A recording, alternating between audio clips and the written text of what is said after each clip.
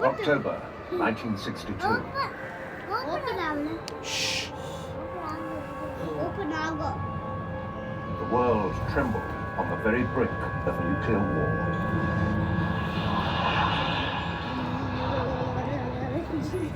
Death and destruction on a scale unknown in the history of mankind.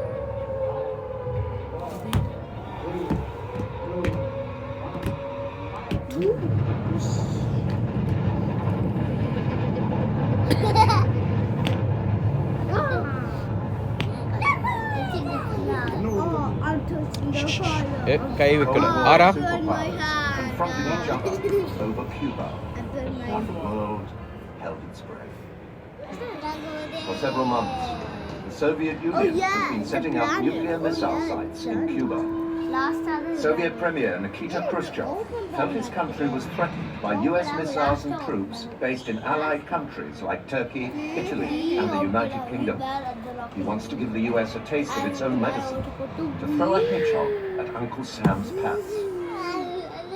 Cuba had survived one attempted invasion. US-backed Cuban exiles had tried to topple the communist government of Fidel Castro.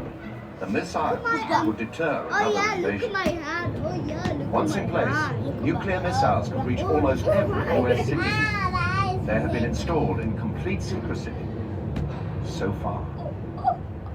14th of October, Sunday. A US spy plane photographs missile sites under construction. Now, the Americans know. 16th of October, Tuesday. US President Kennedy sets up XCOM to deal with the crisis. Should the US bomb the sites now? Would the Soviets retaliate?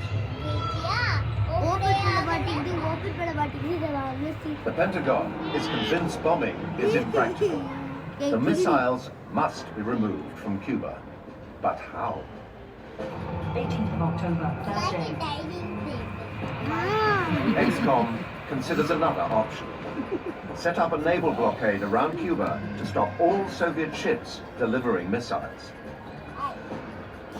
This would virtually be an act of war. 22nd of October, Monday. Kennedy decides to tell the world about a matter of highest national security. He opts for the blockade, but calls it quarantine to seem less aggressive.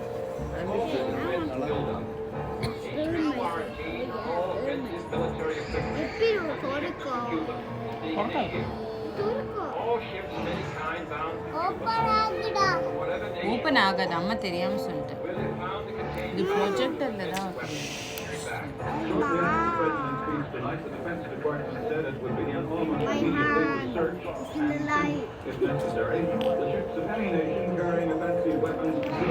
The Soviets still fear that an invasion of Cuba is imminent.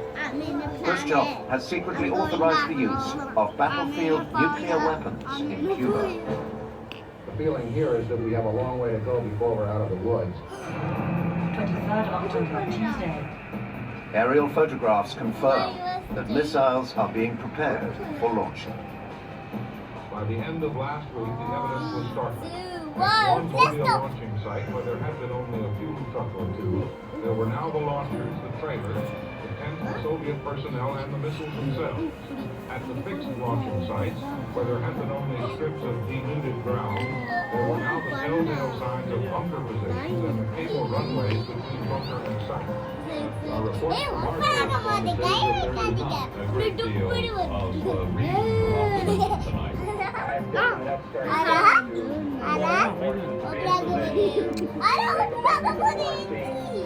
At 2 p.m. tomorrow, Greenwich time. That will be the equivalent of 10 a.m. Eastern Daylight Time. 24th of October, Wednesday. The Soviet ship Alexandrovsk beats the blockade by a few hours and docks in Cuba. Its cargo, 24 nuclear warheads. On the high seas, most of the Russian ships approaching Cuba stop and turn back. For the only time during the entire period of the Cold War, US military readiness goes to DEFCON 2, just one step from outright war. 11 American delegates told CBS News this evening, we are now in the most dangerous situation since the end of World War II. The next 48 hours will be decisive. 25th of October, Thursday. In the United Nations, Adlai Stevenson confronts the Soviet representative with evidence of offensive weapons in Cuba. Let me ask you one simple thing. Do you, Ambassador Soren, deny that the USSR has placed and is placing medium and intermediate range missiles and sights in Cuba? Yes or no? I'm prepared to wait for my answer until hell freezes over, if that's your decision. 26th of October, Friday. Even if the blockade works, what about the missiles already in Cuba? The US reconsiders plans for invasion. A letter from Khrushchev. The Soviets will dismantle the missiles if the US promises never to invade. President Kennedy's brother, Bobby, meets Dobrynin, the Russian ambassador, who now says there can be no deal without missiles in Turkey also being withdrawn. Bobby telephones President Kennedy, and this is more or less agreed. 27th of October, Black Saturday. Another message from Khrushchev, this time demanding the withdrawal of the missiles in Turkey. Several ExCom members who have no knowledge of the Kennedys' direct negotiations are outraged. They recommend immediate bombing of Cuba. A U-2 spy plane is brought down over Cuba by a Soviet SAM missile, killing the pilot. Low-level reconnaissance aircraft are shot at by Cuban anti-aircraft guns. The situation is starting to spin out of control.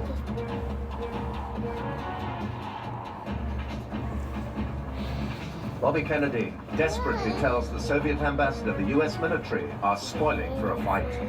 The US would have to bomb if the missiles are not removed. He agrees to the removal of Turkish missiles, but this must remain a secret. The US government would fall if it seemed to be surrendering to Soviet demands. Every nation looks on in fear. Is it to be peace or the most horrifying war imaginable? Some action should be taken, but he's going to have to tread very lightly, short of war. 28th of October, Sunday. Nikita Khrushchev today did precisely what President Kennedy has been asking him to do ever since this crisis began. He ordered the dismantling of Soviet missile bases in Cuba and the United Nations supervision and the return of the rockets to the Soviet Union. Both the US and the Soviet Union consider this result a victory. President Kennedy's statement of noon. I welcome Chairman Khrushchev's statesmanlike decision to stop building bases in Cuba, dismantling offensive weapons, returning them to the Soviet Union under UN verification. Cuban missiles removed. Threat of invasion removed. And some months later, quietly, nuclear missiles in Turkey removed. The Cold War superpowers had to choose compromise or nuclear war. Fortunately, for all our sakes, sanity prevailed. The whole world breathed again.